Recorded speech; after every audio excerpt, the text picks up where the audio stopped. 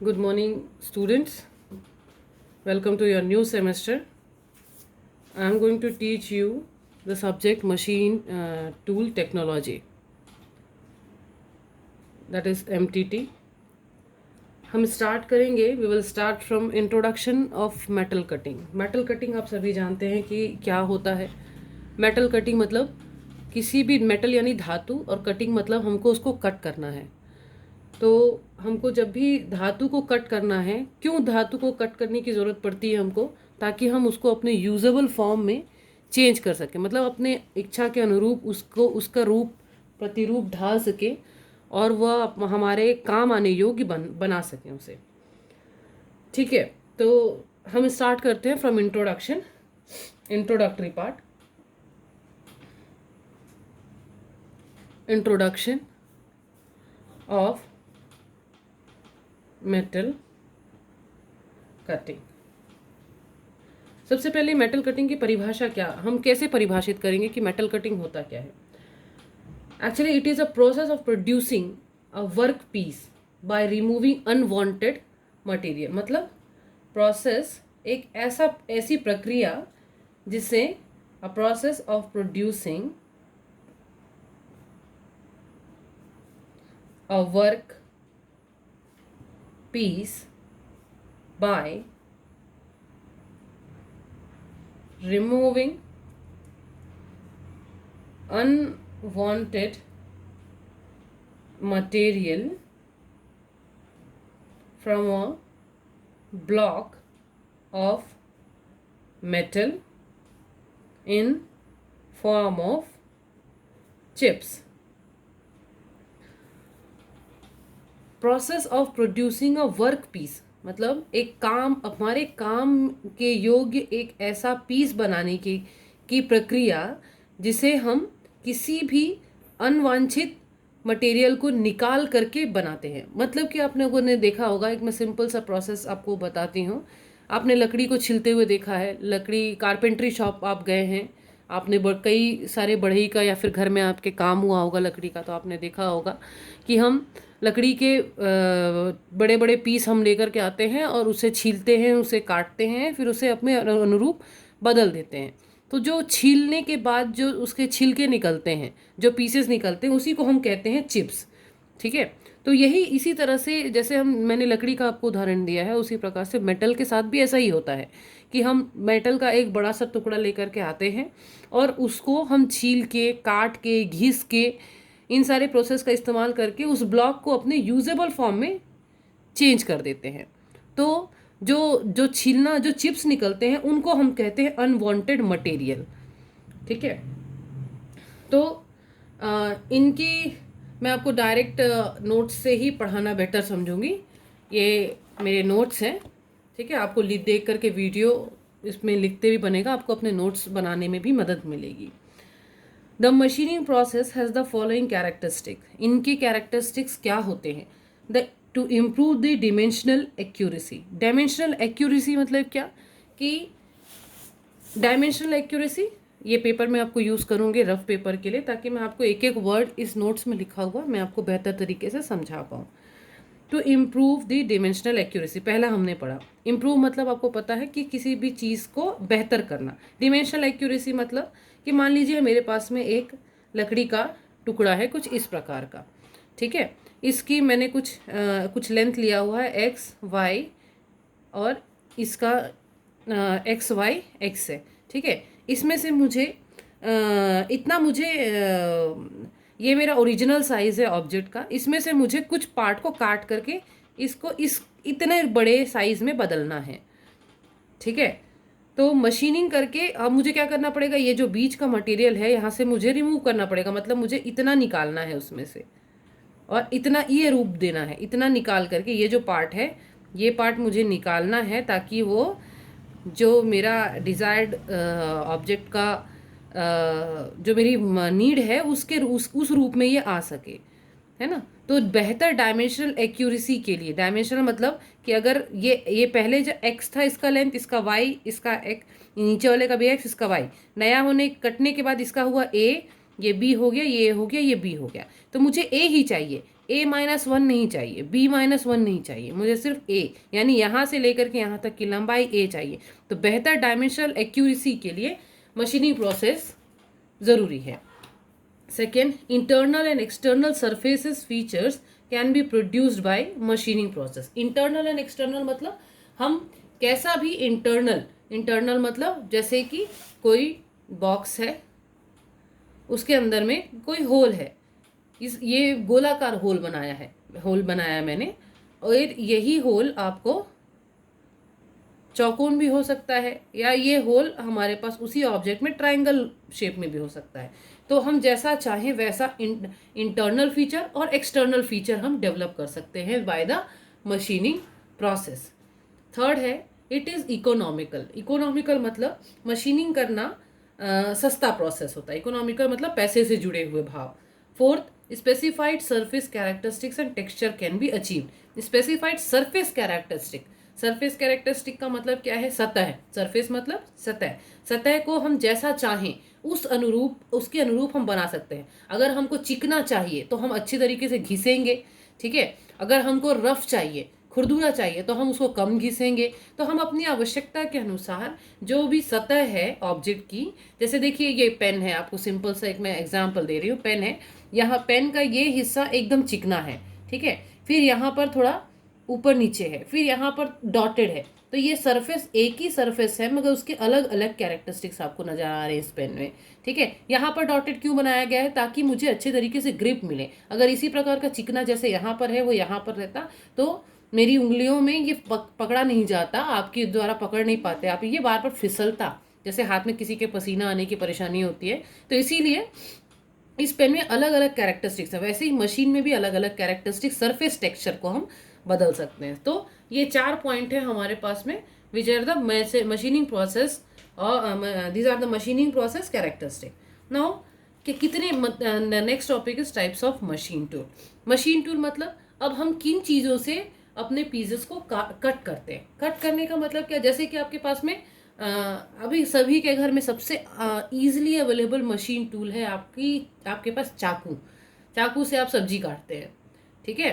तो सबसे common tool है वो हमारे पास में। तो उसी तरीके से सब्जी काटने के लिए जैसे आप चाकू यूज़ करते हैं, और फिर अगर किसी चीज़ को छीलना होता है, जैसे आपको आलू छीलना है या आपको कुछ भी छीलने वाली जो भी चीज़ें होती है, उसका औजार अलग है आपके पास में। उसी प्रकार से हमारे पास में मशीन में भी इसी तरह से अलग अलग ऑब्जेक्ट को काटने के लिए अलग अलग प्रकार के टूल का इस्तेमाल किया जाता है।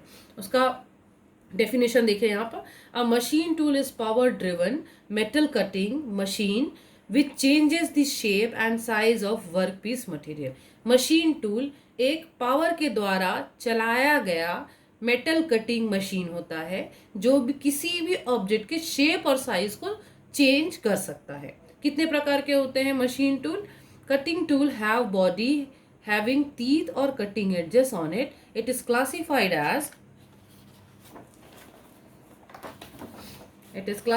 as single point cutting tool. You can see here single point cutting tool and multiple point cutting tool. Single point cutting tool मतलब कैसे? अब आप पूछेंगे मैडम, सोचेंगे कि सिंगल पॉइंट कटिंग टूल और मल्टीपल पॉइंट कटिंग टूल मतलब क्या होता है। पहले मैं आपको मल्टीपल पॉइंट कटिंग टूल बताती हूँ। मल्टीपल पॉइंट कटिंग टूल मतलब होता है आपका चाकू, जो मैंने आपको उदाहरण दिया था, फॉर एग्जांपल चाकू मतलब आप चाकू को नोक से नहीं काट सकते। किसी भी सब्जी को आप नोक से नहीं काट सकते। आपको पूरा का पूरा जो चाकू का सतह होता है उसके अपनी सब्जी के ऊपर डालना होता है, तभी वो कट पाता है, ठीक है। तो वो मल्टीपल पॉइंट है, उसमें कई पॉइंट्स हैं जो धार को बना कर रखते हैं। और सिंगल पॉइंट कटिंग टूल मतलब आपने खीला देखा है, सभी ने देखा है खीला। जब हम उसको दीवार में ठोकते हैं तो उसमें एक पीछे से नीचे से नोक बनी हुई होती है।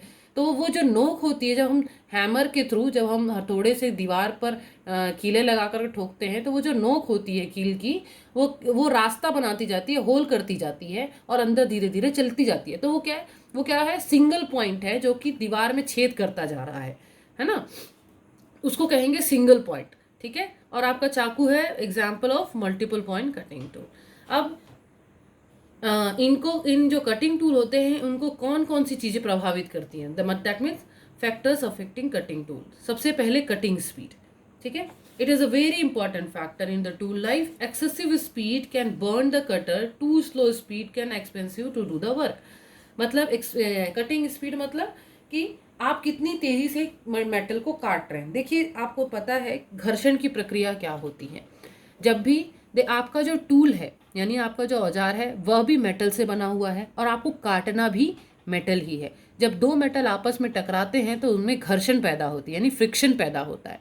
फ्रिक्शन जब भी पैदा होता है तो फ्रिक्शन की वजह से वहाँ पर हीट जनरेट होता है यानी ऊष्मा डेवलप होता है, जिसके कारण क्या होता है कि वहाँ पर रेजिस्टेंस होता है। मतलब आप किसी चीज़ को काट रहे हैं तो आपको ताकत लगानी पड़ती है, ठीक है। तो जब इसी तरह से जब जितना ज़्यादा हम उसको घिसेंगे, जितनी स्पीड से घिसेंगे उतना ज़्यादा उसमें हीट जनरेशन होगा, और जितना ज़्यादा स्पीड होगा उतना ज़्यादा हीट जनरेशन होगा। तो वहाँ का जो जो कटिंग एरिया है वो जल कर काला हो जाएगा, ठीक है। तो इसीलिए यहाँ पे लिखा हुआ है excessive speed can burn the cutter, okay. और फिर अब स्लो करने का क्या मतलब है, टू स्लो स्लीप मतलब speed and expensive to do the work. मतलब अगर आप धीरे धीरे बहुत धीरे धीरे कटिंग करेंगे किसी चीज़ को तो वो आपके लिए महंगा पड़ जाएगा। क्यों महंगा पड़ जाएगा? क्योंकि एक ही काम करने के लिए आपको काफ़ी देर तक चीज़ों को काटना पड़ रहा है। मतलब जो चीज़ आपको एक दिन में बनानी है वो आपको 2 से 3 दिन लग रहा है। तो ज़्यादा स्लो भी नहीं रखना है हमको और ज़्यादा तेज धार भी हमको नहीं करना है, ठीक है। सेकेंड अफेक्टिंग, तो ये था cutting speed, first factor affecting. Second है आपका feed rate, okay.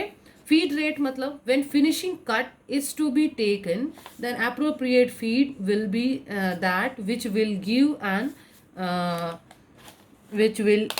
N accessible surface finish. मतलब फीड रेट मतलब कि देखिए हमको कितना काटना है ना। फॉर एग्जाम्पल मान लीजिए ये मेरे पास ये मेरा वर्क पीस है, ये पेन का जो ढक्कन है ये मेरा वर्क पीस है और ये मेरा टूल है, ये पेन में टूल मार रहे हैं। तो मुझे कट करना है इसको, है ना। और मुझे क्या करना है, ये मेरा स्टार्टिंग पॉइंट है, पेन का जो हेड है ये स्टार्टिंग पॉइंट है। यहाँ से कट करते हुए मुझे यहाँ तक कट करना है, इस लाइन के मार्क तक इसको काट के निकालना है। तो मैं क्या करूँगी, टूल को यहाँ पर लेकर के आऊँगी और इसे काटना शुरू करूँगी, ठीक है। तो ये मेरे पे डिपेंड करता है कि मैं पहले कितना काट रही हूँ। मैं चाहूँ तो मैं सबसे पहले इतना काट के एक बार में निकाल सकती हूँ। ये सॉफ्ट मेटल है, ये प्लास्टिक है तो आसानी से कट सकता है, मगर इसी की जगह पे ये कैप अगर लोहे की बनी हुई होगी तो मुझे पहले धीरे धीरे पहले इतना पार्ट काटना है, फिर इतना पार्ट काटना है, फिर यहाँ तक मैं आऊँगी, फिर यहाँ तक, फिर धीरे धीरे कट करते हुए मैं यहाँ तक आऊँगी, ठीक है। और वही ये सॉफ्ट मेटल है, लोहे की जगह में कोई सॉफ्ट मेटल जैसे ये प्लास्टिक है तो मैं डायरेक्टली सबसे पहले यहीं पे कट करके इसको खत्म कर दूंगी, काम मेरा जल्दी। तो फीड रेट जो होती है इसी को कहते हैं फीड, है ना। कि फीड रेट होती है वो मटेरियल के प्रॉपर्टी के ऊपर डिपेंड करती है कि आपको सॉफ्ट मेटल काट रहे हैं या हार्ड मेटल काट रहे हैं, ठीक है। तो ये हमारा सेकेंड फैक्टर था। फिर थर्ड फैक्टर में हम आते हैं। Third factor is depth of cut, okay. ये depth of cut it determines the depth of material remove from the material in a single point cutting operation. मतलब कि कितनी गहराई तक अपने चाकू को या अपने औजार को धंसा करके काट रहे हैं, ठीक है, तो उसको कहेंगे डेप्थ ऑफ कट। तो जब भी हम कटिंग करेंगे ये 3 फैक्टर होते हैं आपके, cutting speed, feed rate and depth of cut. ये इंपॉर्टेंट टॉपिक है, आपको थ्योरी में पूछा जाता है, कई दफ़ा पूछा गया है ये, ओके। तो इसके बाद जब भी हम कट करते हैं तो आपने देखा है कि उसमें से चिप्स निकल करके बाहर आते हैं। चिप्स यानी कि छोटे छोटे टुकड़े, है ना। यानी जो कई बार लकड़ियों में जैसे हम काटते हैं तो बुरादा निकल करके आता है ना, छिलके जो कहते हैं हम, उसी तरह के छिलके जो है मेटल में भी निकल के आते हैं। तो 3 प्रकार के छिलके निकल के आते हैं। एक होता है डिसकंटिन्यूअस चिप, ठीक है, दूसरा होता है कंटिन्यूअस चिप और तीसरा होता है continuous chip with built up edge. एक एक करके मैं आपको बताती जाती हूँ। डिसकंटिन्यूअस चिप मतलब जो बुरादे निकलते हैं, जैसे लकड़ी को हम काट रहे हैं, है ना, लकड़ी को जब हम काटते हैं तो जो छोटे छोटे बुरादे निकलते हैं उसको हम कहेंगे डिसकंटिन्यूअस चिप, ओके। और ये डिसकंटिन्यूअस मतलब कि छोटे छोटे टुकड़ों के फॉर्म में निकल रहे हैं। इसको हम डिफाइन करेंगे, it is produce as a brittle material like grey cast iron since the chip break into a small segments. Small segment मतलब छोटे छोटे parts. The friction between the tool and the chip reduces resulting in better surface finish, ठीक है। मतलब कि क्या होता है जब चिप निकल के बाहर आता है, तो कई बार आपने अगर छुआ होगा लकड़ी के टुकड़ों को भी, अगर आप छुएंगे तो हल्का सा वो गर्म होकर के आता है। गर्म मतलब ये गर्म कैसे हो जाता है, जब मशीन का टूल और जो टूल है हमारा औजार और हमारा ऑब्जेक्ट आपस में टकराते हैं तो वहाँ घर्षण पैदा होती है। ठीक है, तो जब घर्षण पैदा होती है तो उस वहाँ पर हीट जनरेट होता है। तो उस हीट को हमको क्या करना है, उसको कम करना होगा। तो कम करने के लिए हमारे पास दो तरीका है, या तो हम लगातार दोनों के बीच में जहाँ पर इंटरेक्शन हो रहा है वहाँ पर हम पानी या तेल डालें ताकि वो ठंडा होता रहे, या फिर उसका जो चिप है वो उस पैदा हुई ऊष्मा को अपने साथ में लेकर के चला जाए। ऊष्मा मतलब हीट, है ना, उस हीट को लेकर के चला जाए। तो जब हम चिप निकल के बाहर आता है तो वो हल्का सा गर्म होता है। ठीक है, तो जो डिसकंटिन्यूस चिप रहते हैं, क्योंकि वो छोटे छोटे टुकड़ों के फॉर्म में बाहर आते जाते हैं, इसीलिए वो वहाँ पर हमको बेटर सरफेस फिनिश मिलती है। Okay, discontinuous chips are produced Now, discontinuous chips are produced under following condition. पहला, लार्ज चिप थिकनेस होनी चाहिए, लो कटिंग स्पीड होनी चाहिए। तीसरा है small rake angle of tool होना चाहिए। Fourth, cutting with use of cutting fluid. Small rake angle, ये थर्ड पॉइंट मैं आपको एलाबोरेट करके नेक्स्ट टॉपिक में समझाऊंगी। लार्ज चिप थिकनेस मतलब मैं आपको एक डायग्राम दिखाती हूँ, जैसे ये। ठीक है, ये देखिए, ये आपको समझ में आ रहा होगा, ये हमारा जॉब है। ओके, डिसकंटिन्यूस चिप का ये हमारे पास जॉब है। जॉब मतलब ये हमारे पास एक मेटल का टुकड़ा है, ये हमारा औजार है। जो वी शेप में आप देख रहे हैं ये हमारा औजार है ना। और हमने थिकनेस कितनी ली है, इतनी। ये जो आप देख रहे हैं इतनी हमने थिकनेस ली हुई है। मतलब टोटल पहले ये ऐसा था, है ना, इस प्रकार से था, और इसको हमने कट करके इतना बचाया है। पहले इतना चौड़ाई थी, इसको काटते गए तो इतनी बचती जा रही है। तो चिप थिकनेस कितनी होनी चाहिए। लो कटिंग स्पीड हमको कम रखना है, तब हमको छोटे छोटे टुकड़ों में चिप्स मिलता है। रेक एंगल मैं आपको बाद में समझाऊंगी। फोर्थ है cutting with use of cutting fluid. Cutting fluid मतलब वही ल्यूब्रिकेशन, जो जैसे मैंने बोला कि जो हीट जनरेशन होता है उसको हमको रिमूव करने के लिए और घर्षण को कम करने के लिए हमको पानी या तेल, या पानी और तेल दोनों का मिश्रण इस्तेमाल करना पड़ता है, जिसको हम कहते हैं कटिंग फ्लूइड। तो ये जानकारी थी डिसकंटिन्यूस चिप के बारे में। थर्ड जानकारी है, सेकेंड चीज़ है आपको कंटिन्यूस चिप।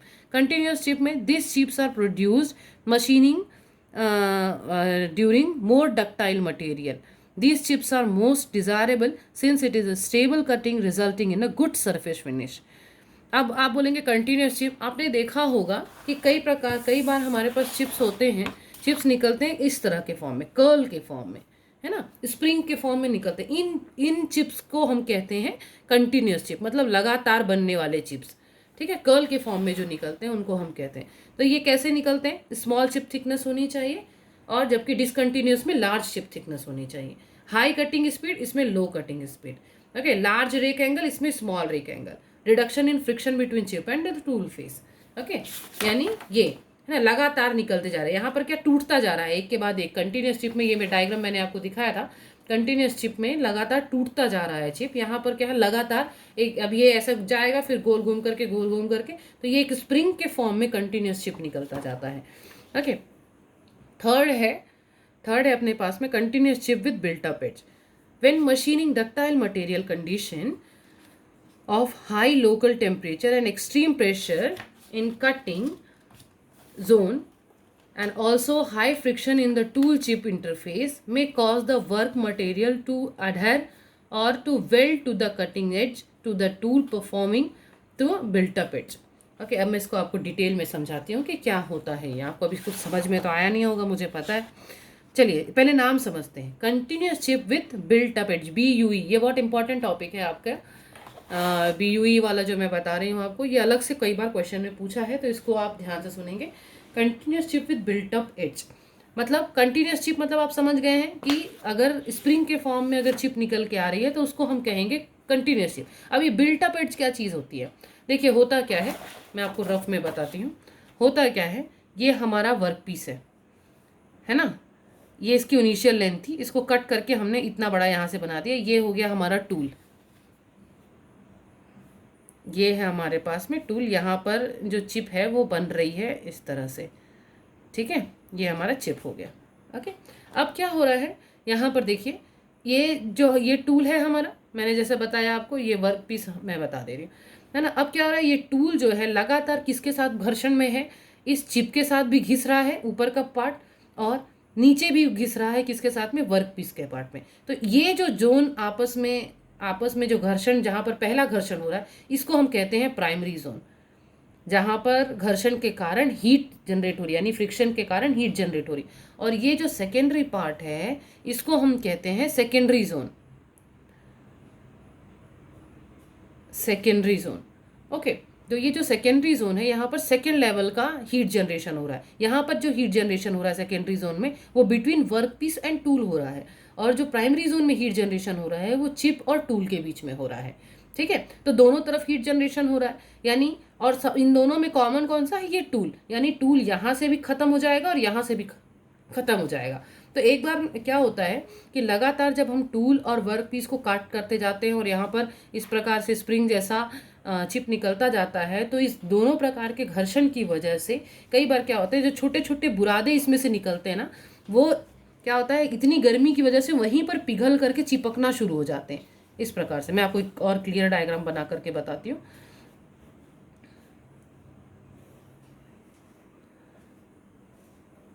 ये इस तरह से फिर से मैंने एक रफ डायग्राम बना दिया है। अब यहाँ क्या हुआ, ये मैंने जैसे आपको इसमें बताया, ये प्राइमरी जोन है, ये सेकेंडरी जोन है, ये प्राइमरी, ये सेकेंडरी जोन। अब यहाँ पर जो भी है छोटे छोटे जो चिप निकलता जा रहा है और छोटे छोटे बुरादे भी आपस में निकलते जा रहे हैं, मगर यहाँ पर इतनी ज़्यादा हीट जनरेशन हो जाती है due to primary zone and secondary zone, कि वो जो चिप, जो छोटे छोटे दाने बुरादे निकलते हैं, वो क्या होते हैं, वो वहाँ पर गर्मी की वजह से पिघल पिघल कर सतह पर चिपकना शुरू हो जाते हैं। ठीक है, या तो वर्क पीस में चिपक जाते हैं या फिर कभी कभी वो जो है टूल पर भी चिपक जाते हैं।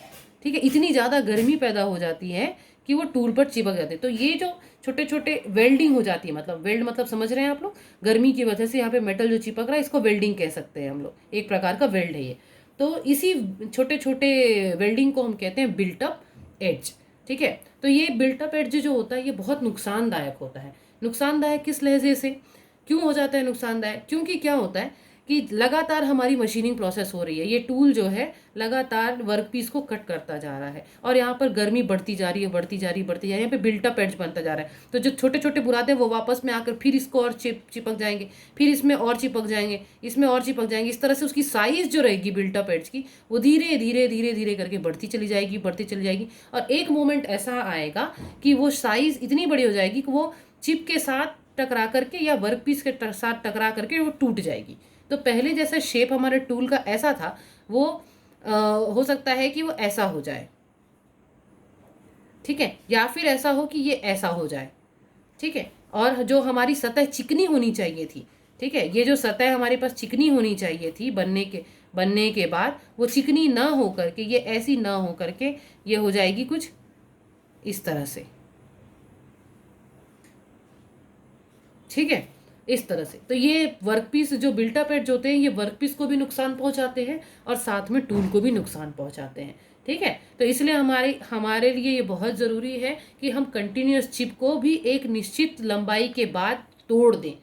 ठीक है, या तो उसको तोड़ते कैसे हैं हम, यहाँ पर चिप ब्रेकर का इस्तेमाल किया जाता है। चिप ब्रेकर एक प्रकार का औजार होता है जो कंटिन्यूअस चिप के बीच में लगा दिया जाता है, जिसके कारण चिप जो है स्प्रिंग के फॉर्म में जाते जाते फिर कुछ एक निश्चित लंबाई के बाद वो अपने आप ही टूट जाता है।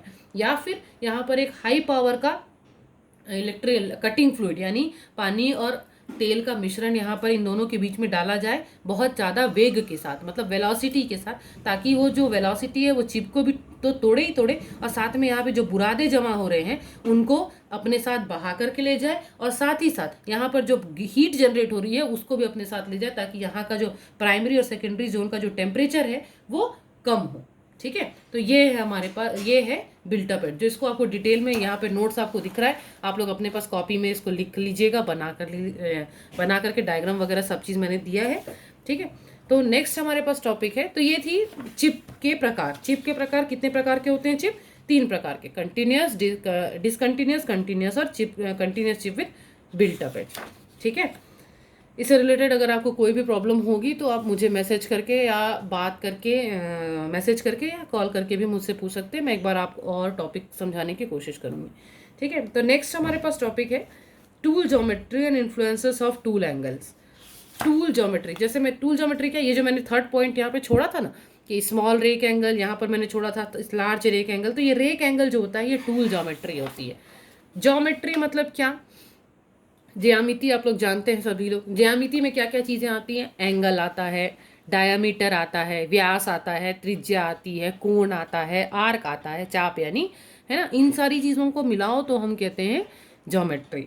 ठीक है। तो जो टूल है आपने देखा है, आपने अगर मैंने मोस्ट कॉमन टूल का नाम लिया है चाकू, है ना। तो चाकू जो होता है वो सबसे कॉमन टूल जो आप हमेशा देखते आते हैं। आपने देखा है जहाँ पर उसका धार होता है वहाँ पर चाकू काफ़ी पतला होता है, जबकि चाकू जहाँ पर धार नहीं होता वहाँ पर वो मोटा होता है दोनों की तुलना में। ठीक है। फिर उसके साथ साथ में चाकू सामने की तरफ से पॉइंटेड होता है और पीछे जहाँ पर हम उसको पकड़ने वाले होते हैं वो चीज, वो पार्ट जो रहता है चौड़ा होता है। मतलब एक निश्चित ज्योमेट्री उसको ड्रॉ की गई है ना।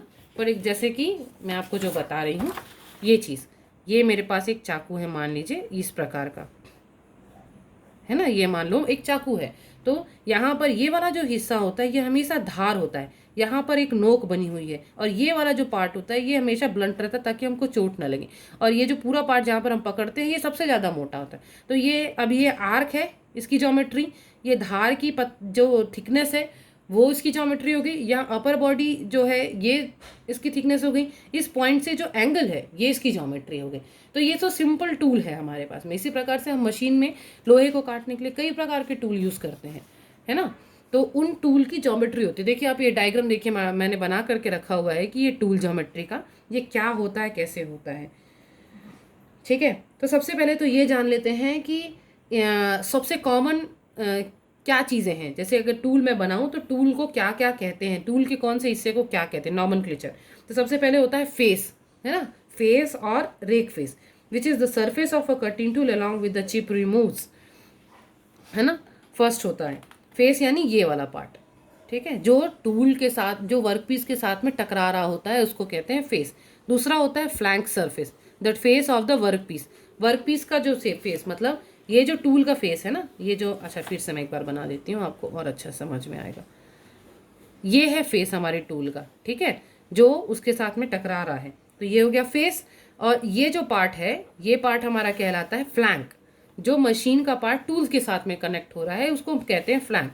फिर कटिंग एजेस, जिस टूल का वो हिस्सा जो काटने का काम कर रहा है। जैसे मैंने चाकू का उदाहरण दिया, चाकू में ये पूरा हिस्सा काटने का काम कर रहा है, ये हिस्सा नहीं काम करता और ना ही ये करता है। ठीक है, काटने का काम कौन सा, ये हिस्सा करता है। तो इसको क्या कहेंगे हम, कटिंग एजेस। और corner of the cutting point, corner मतलब ये जो जैसे चाकू हमने चाकू बताया, ये जो पार्ट होगा इसको हम कहेंगे corner of the cutting point. तो ये चार इंपॉर्टेंट भाग होते हैं किसी भी टूल के। ठीक है।